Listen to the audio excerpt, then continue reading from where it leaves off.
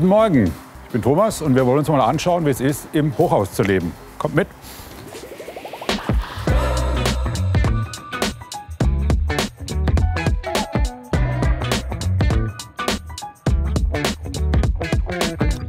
Ich bin hier jahrelang vorbeigefahren an dem Hochhaus und habe gesagt, hier komme ich nie rein, nie im Leben. Und jetzt, seit ich seit 7,5 Jahren drin wohne, will ich nicht mehr raus. Und warum?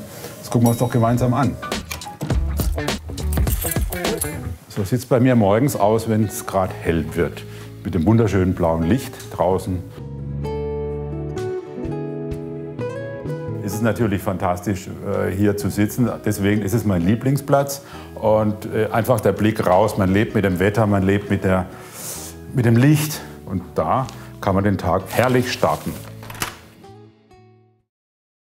Ja, dann wollen wir doch noch mal kurz zum Herzstück der Wohnung kommen, nämlich hier der Essbereich, bei dem ja alles zusammenläuft, mehr oder weniger. Hier sonderbarerweise auf einem Podest. Das war ein Stück weit schon vom Vorbesitzer hier eingeführt. Da hat er da hinten seinen Arbeitsplatz und der hat dann sich das eingerichtet, dass er von hier oben ohne störende Brüstung hier rausschauen kann in die Landschaft. Und dann war aber für die heutige Nutzung war das Podest zu kurz. Deswegen ist es jetzt nochmal um 1,50 Meter, fast 2 Meter verlängert worden, damit der große Esstisch entsprechend hier Platz hat. Ja, da gab es zig Zeichnungen dazu, wie das Podest aussehen kann. Wir hatten den Tisch quer, wir hatten den Tisch unten, wir hatten den Lachaise da oben. Macht ja auch Spaß, die Dinge so zu entwickeln. Also es ist nicht so, ja, zack, puff rein, sondern das muss schon das Beste sein. Wenn man geschwind drunter guckt, dann sieht man, das ist ein Le Corbusier-Tischgestell. Und die Corbusier-Tische haben leider nur die Glasplatten oben drauf, was ja sehr unangenehm ist.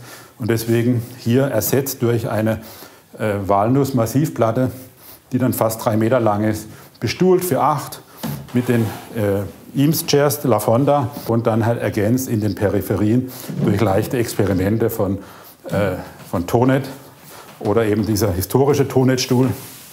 Und dann hier noch eine Arbeit von mir.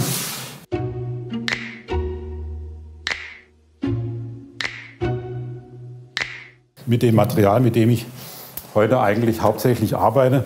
Das sind Netze, hier zum Beispiel aus Edelstahlseilen, gedacht für einen permanenten Outdoor-Stuhl.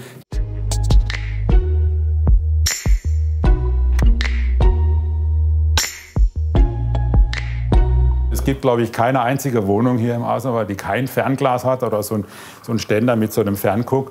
Bei mir ist es noch so ein Übrigbleibsel von meinem Schwiegervater aus der Baubranche. Das ist so ein Vermessungsgerät, wo man wirklich hier rausschauen kann. Und ich sehe drüben an der Messe, sehe ich die Nummern an den Parkplätzen. Ein Wahnsinnsblick. Also was spannend ist, ist in der Vollmondnacht den Mond zu beobachten. Ich will euch noch einen ganz besonderen Raum zeigen, der hier zur Wohnung gehört, die sogenannte Lounge.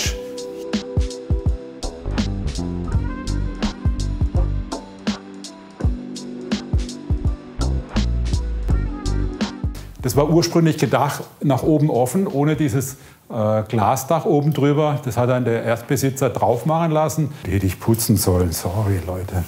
Hier war vorher ein Steinboden drin, jetzt ist ein Holzdeck, der so ein bisschen auch so ein bisschen Freizeit oder eben Outdoor simulieren kann mit der Natursteineinrahmung. Hier ist noch so eine frühe Arbeit von mir, die ist jetzt fast 40 Jahre alt.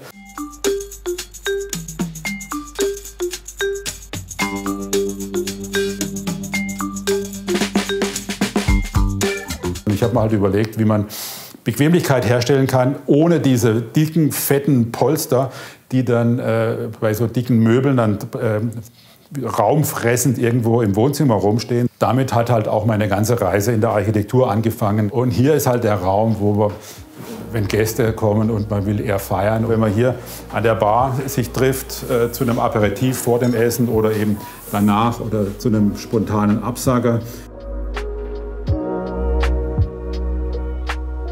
Was für mich eine Entdeckung war vom Flughafen ist, der ist ja nachts beleuchtet, 24 Stunden lang. Da gibt es eine ganz eigene Atmosphäre.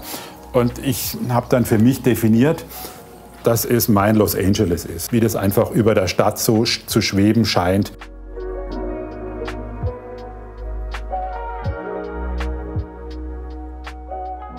Ja, sonntags morgens ein bisschen Musik. Schöner, entspannter Jazz aus den 50er und 60ern.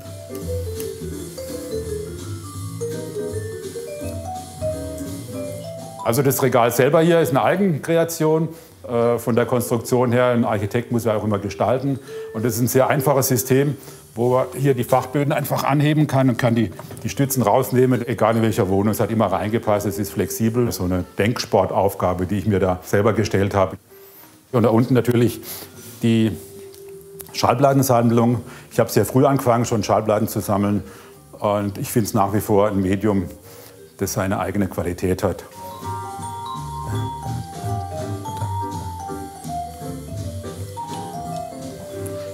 Also nicht wundern, ich sitze gerne auf dem Boden. Das Sofa ist zwar bequem, aber ich bin irgendwie ein Bodenmensch. Ich habe mich schon dabei ertappt, ich habe mich aufs Sofa gesetzt und keine Minute später bin ich irgendwie unbeabsichtigt schon hier runter gerutscht und habe gemerkt, das zieht mich wie magnetisch an. Hier, so, zack.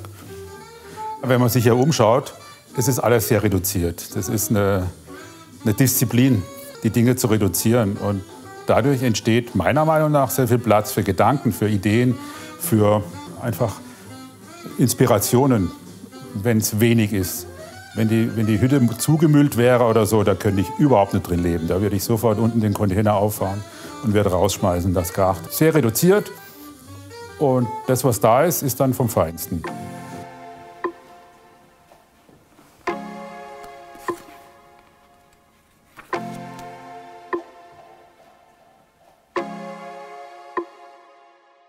Das hat der Vorbesitzer einbauen lassen, ist die Bank über der Heizung. Das heißt, man kann sich auch mit einem warmen Popöchen hier hinsetzen.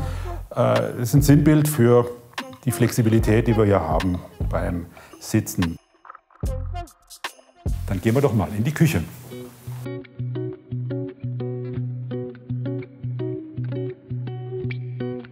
Auch hier ein komplett offener Bereich. Also durch nichts abgetrennt, recht übersichtlich. Ich bin gelernter Schreiner. Der Schreiner will sein Werkzeug schnell haben und will nicht erst aufräumen, um irgendwo einen Platz zu finden. Wir haben auch schon zu 5 hier gekocht für 12 Leute an einem Abend.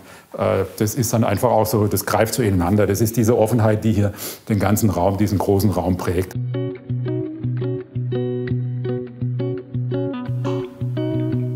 Was zum Haus gehört, da brauche ich so einen kleinen Zahnstocher dazu. Und dann kann ich hier oben die Lüftung, Overhead-Lüftung einfach aufdrehen.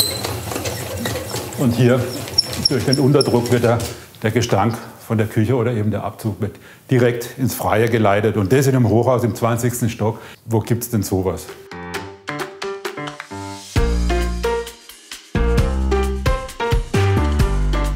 Wir haben einmal die Landschaft direkt vor uns. Das geht bis rüber zur Schwäbischen Alb, die im Moment hinter einer Nebelwand verschwindet. Ein Rundumblick von 120 Kilometer. Ich meine, mit so einem Panorama eine wahnsinnige Varianz an Farben, an Licht, an Stimmungen, an Wetter. Man sieht das Wetter auf sich zukommen. Man ist hier mittendrin. Das fängt an, hier direkt vor uns ist der Wald, der Ahrsemwald, der auch zu uns gehört, der Eigentümergemeinschaft hier gehört und um den wir uns auch kümmern müssen.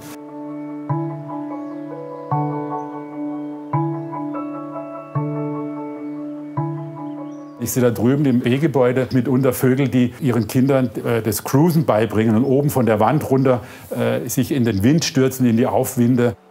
So ein ganzer Gang durchs Museum hat man hier, wenn man einfach aus dem Fenster guckt und das alle 10 Minuten sich veränderte Bild. Und das ist etwas, was man von außen dem Haus nicht ansieht.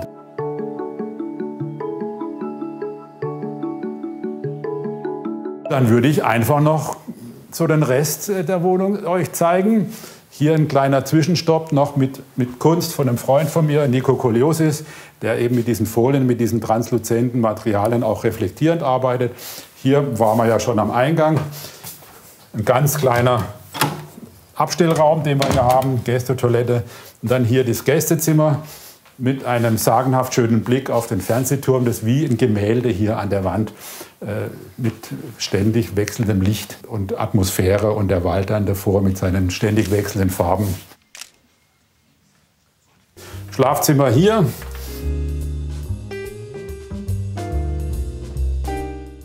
Und dann hier noch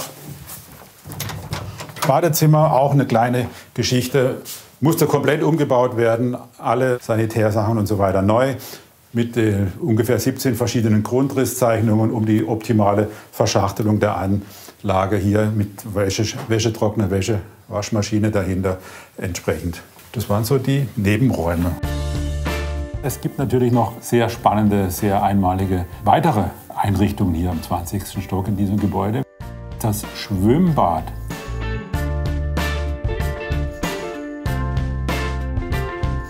Asenwald-Schwimmbad, wunderbare, sehr reduzierte Architektur.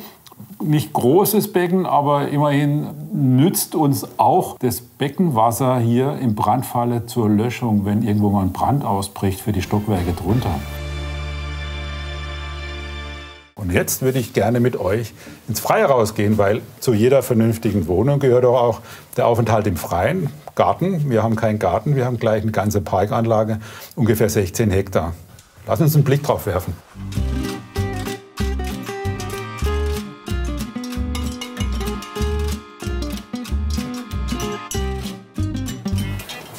Noch 16. Die Hälfte ist geschafft.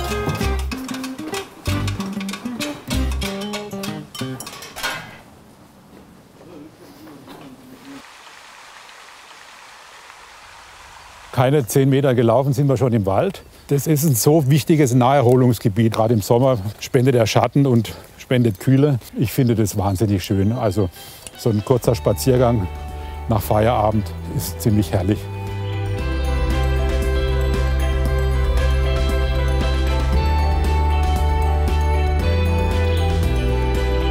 Ja, das war ein Rundgang durch die Wohnung im 20. Stock und auch hier durch die Umgebung. Ich hoffe, eure Begeisterung hat ein bisschen was von meiner abgekriegt. Ich bin sehr gerne hier und sage auch schon mal Tschüss. Halt, bevor ich es vergesse, wenn ihr weitere coole Aufnahmen sehen wollt von Menschen mit ihren spannenden Wohnungen, abonniert den Kanal ART Roomtour. Ich gehe jetzt wieder nach oben.